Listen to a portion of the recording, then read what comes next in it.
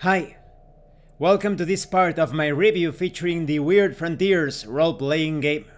If you haven't seen the other parts of my review featuring this Weird West RPG, Dungeon Crawl Classics style, please check out the playlist in the description below. This time we are going to talk about fear, madness, and additional rules. But before that, I would like to talk about this channel's sponsor, Heroes and Hardships. This is a universal RPG system, allowing you to play any sort of adventure, campaign, scenario, story. You can also create any sort of character imaginable. You have hundreds of tools to assist you with that. I'm going to put a few links in the description that will take you to the Kickstarter that is going to begin this October 4th. My promotion of Heroes and Hardships will resume by then. You will also find links to the website, to the Tetsubo section of the website. Tetsubo is an upcoming setting for Heroes and Hardships, inspired by Japan's Sengoku era. There's also going to be a link to the Discord and to my reviews of the Quickstart guide and the Wallace campaign setting, based on the life and exploits of William Wallace. So please check it out. Now let's continue. To bring a novel way of representing a character's downward spiral into madness resulting from the vile things they face, Weird Frontiers implements a new ability referred to as grit. Characters make grit checks when a judge feels the encounter is worthy of scaring the bejesus out of them. What is grit? Grit is a measure of the mental and physical stress a hero can handle before completely unraveling into a mental breakdown. Players determine their character's grit score by adding their stamina plus personality ability scores and dividing by 2, rounding down. Characters make a grit check when confronted with any form of fear the judge feels warrants a check. Sources of fear can be confrontations with creatures of the night, witnessing horrific events, or even walking into a scene of carnage after the horrific event has already occurred. You make a grit check by rolling a d20 and adding your willpower save modifier versus a target number that is modified by the number of hex tokens that you have attached on your character. The judge may make situational modifiers to this number as needed. If the grit check matches or beats this target number, the character is unfazed in their determination to face the source of fear. Additionally, the character no longer has to make a grit check against the same source of fear for the rest of the adventure unless it presents itself in a new light that would call for it. Rolling a natural 20 results in a reaffirmation for the character and their faith in getting the job done. To reflect this, the character's grit total improves, but cannot exceed its starting score.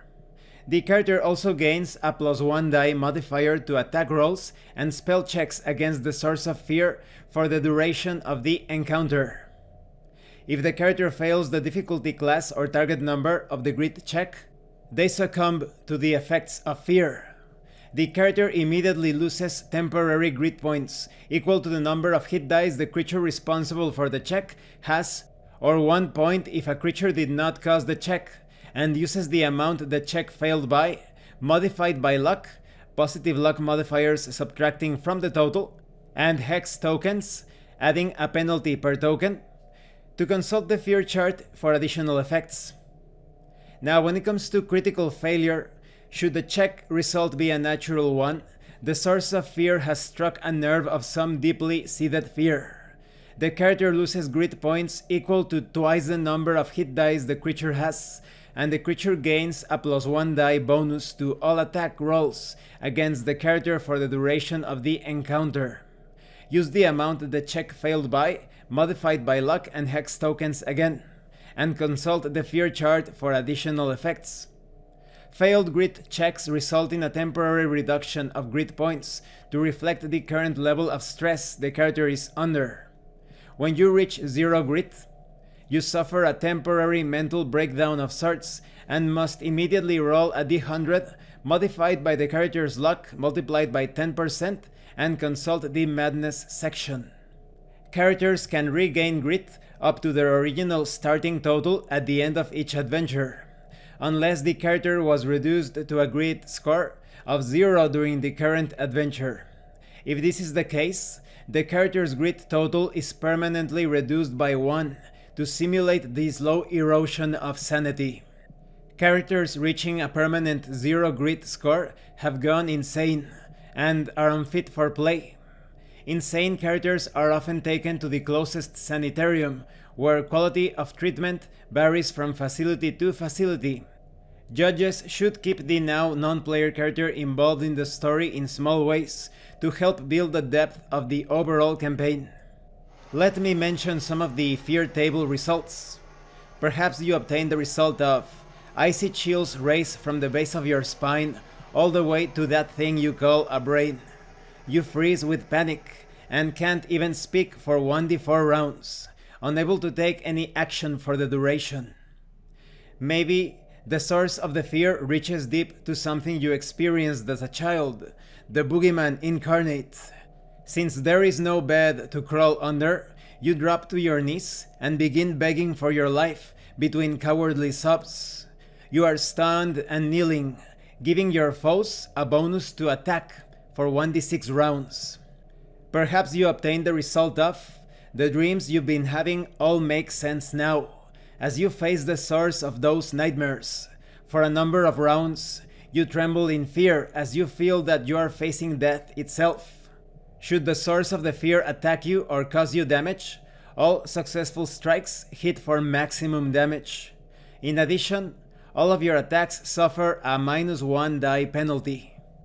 Or maybe you are really unlucky and you obtain the result of some things man just ain't meant to see, and when you realize they are breathing the same air as you, the heart can't bear the load. You clutch at your chest as you feel the terror serve such a shock to your system that death is instant and permanent. You feel your spirit leave its mortal shell and move on to whatever afterlife you carved out for yourself in recent years. A roll the body check will not save you. Now concerning additional details covering madness, characters that reach 0 grit during an adventure have reached the breaking point and suffer from a temporary mental breakdown. Now, upon reaching 0 grit, you should have been rolling on a madness table to determine the nature of the mental malady. Characters affected by madness suffer a penalty to all rolls for the remainder of the encounter. However, as I understand it, this table was removed because perhaps someone at the table could be suffering from some sort of mental problem, or perhaps they know someone or they have a relative that suffers some sort of mental issue, mental situation. But I think this goes against the spirit of Weird Frontiers. For example, we are all at risk of dying or getting sick or getting hurt or getting attacked in some way, perhaps mugged or getting scammed or whatever. Those are not pretty things, but we still include them in role-playing games. It would have been better if the table was included, because that way the players could decide if they want to use the table or not. But because it is not included, mature players that were interested in the madness effects cannot use them because there is simply no material. And players who would have found the madness effects distasteful could have easily avoided this table altogether. So there is a bit of bias against mature players here. So for a gritty and wild game such as Weird Frontiers, I think a table listing different mental maladies should have been included. It would add to the fun. Sometimes the best way of confronting situations is by taking them head on. I would say most of the time. You do not learn how to swim by avoiding water. So you may end up with a minor phobia or disorder, major phobia or major disorder, but because the table is not included, that should be determined by the group. At the end of this section, you have many rules and guidelines to handle all sorts of situations. You have general rules for catching fire, chase modifiers, how to confront or resist cold, extreme cold, how to handle endurance, falling, firing into melee, the use of dynamite, heat exposure, riding rules, details on morale.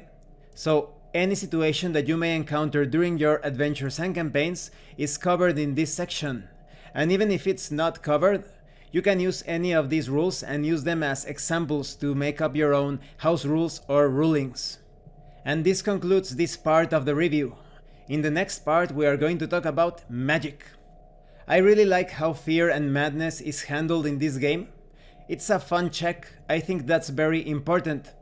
In some role-playing games, perhaps a few players may consider those rules a bit cumbersome, or that they do not really add something to the game, but because of the different random results of the fear table, the effects of hexes or hex tokens upon your check, as well as the resource management of grit itself, I think it's very exciting and tense to see what sorts of situations your character can handle.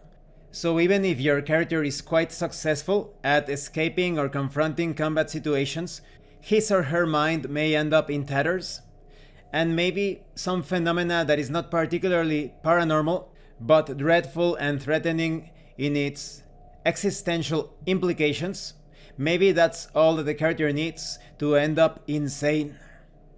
And it's a shame that the madness table was removed, but at least many general rules were added at the end of this section to handle all sorts of adventures and misadventures. Thank you for watching this part of the review, and thank you for your likes and your comments. If you have any questions or comments, please let me know. And thank you so much to those of you that are going the extra mile to support this channel. If anyone else wishes to further support the channel, the information on how to do that will be in the description below. Once again, thank you, and see you later.